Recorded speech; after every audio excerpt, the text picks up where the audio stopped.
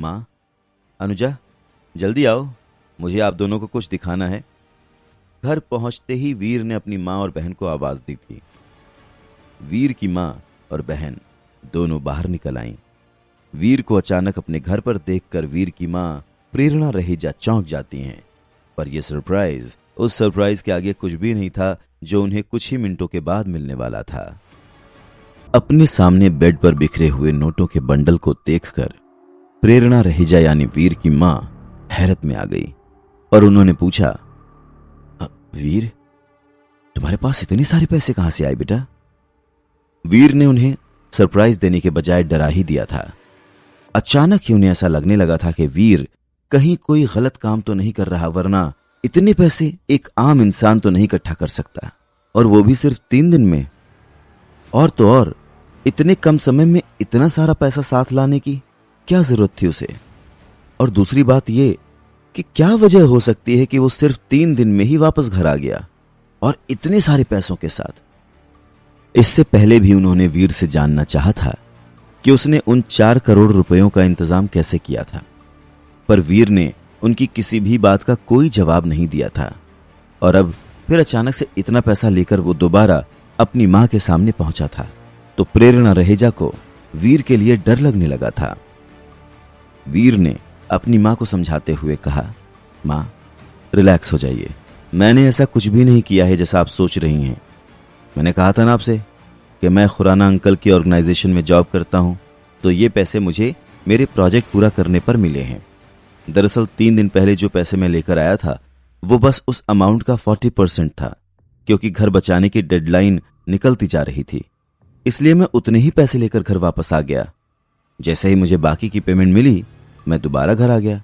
आप बेकार में परेशान हो रही हैं। वीर को कहीं ना कहीं पहले से ही यह पता था कि उसकी मां उससे यह सवाल पूछ सकती है, इसीलिए वो पहले से ही जवाब के साथ तैयार था। पर वीर, तू ऐसा कौन सा काम कर रहा है जो तुझे इतने पैसे मिल रहे हैं? वीर की मां अभी भी कन्विंस नहीं हुई थी। अभी भी उन्हें यही लग रहा था कि वीर उनसे झूठ बोल रहा है। मां, ये सब टेक्निकल प्रोजेक्ट्स होते हैं, आपको क्या बताऊं, आप नहीं समझोगी। अगर आपको मेरी बातों पर विश्वास नहीं है तो आप खुराना अंकल से खुद ही पूछ लीजिए, वो तो झूठ नहीं बोलेंगे ना। डॉक्टर खुराना का नाम सुनकर प्रेरणा रहेजा थोड़ा शांत हो जाती है। सच में डॉक्टर खुराना क्यों झूठ बोलेंगे? आखिर उन्होंने ही तो वीर की जॉब लगवाई है। मैं भी पता नहीं क्या क्या सोचती रहती हूं। प्रेरणा रहेजा अपनी बेवकूफी पर शर्मिंदा होती हैं। फाइनली अपनी मां के चेहरे पर स्माइल देखकर वीर ने राहत की सांस ली थी। एक पल के लिए तो उसे लगा था कि आज उसकी सच्चाई उसकी मां के सामने आ ही जाएगी, पर ऐसा कुछ नहीं हुआ। थैंक गॉड, बाल बाल बच गया मैं तो। आज तो मां पूरे इंटेरोगेशन के मूड में थी। अच्छा ही हुआ कि मैं पहले से ही तैयार होकर आया था। आई नो, मां से इस तरह झूठ बोलना सही नहीं है, पर सच बताकर मैं उन्हें टेंशन में डालना नहीं चाहता। एक बार बस मैं टाइटन ग्रह पर एक स्टेटस हासिल कर लूं, तो फिर मैं खुद मां को सब सच बता दूंगा। वीर ने मन ही मन सोचा।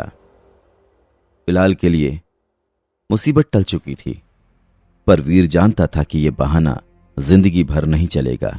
उसे जल्द से जल्द टाइटन ग्रह पर अपना एक स्टेटस हासिल करना होगा, पर पता नहीं ऐसा कब होगा। कहीं ऐसा ना हो कि ऐसा होते होते बहुत देर हो जाए और जिस सच्चाई को वीर अपनी मां से छुपा रहा है वो किसी और तरीके से उनके सामने आ जाए। भैया, ये इतने सारे पैसे हमारे हैं? वीर की बहन अनुजा खुश होते हुए मासूमियत से पूछती है, और उसकी बात सुनकर वीर मुस्कुराते हुए कहता है, हाँ, ये मैंने तेरे लिए कमाए हैं।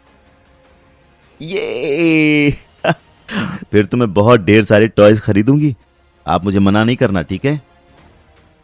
अपनी बहन की इनोसेंस देखकर वीर के चेहरे पर बड़ी ही अच्छी सी स्माइल आ जाती है। आफ्टर ऑल, अनुजा अभी इस बात को समझने के लिए बहुत छोटी है कि इतने सारे रुपयों से वीर उसे सिर्फ टॉयज और आइसक्रीम ही नहीं बल्कि एक सिक्योर फ्यूचर भी देना चाहता है। वीर, वैसे तुमने इतने सारे पैसों के लिए क्या सोचा है? प्रेरणा रहेजा वीर से पूछती हैं। आगे की कहानी जानने के लिए देखें अगला एपिसोड सिर्फ पॉकेट एफएम के यूट्यूब चैनल पर और शुरवीर के सारे एपिसोड्स को सुनने के लिए डिस्क्रिप्शन में दी लिंक से डाउनलोड करें पॉकेट एफएम ऐप।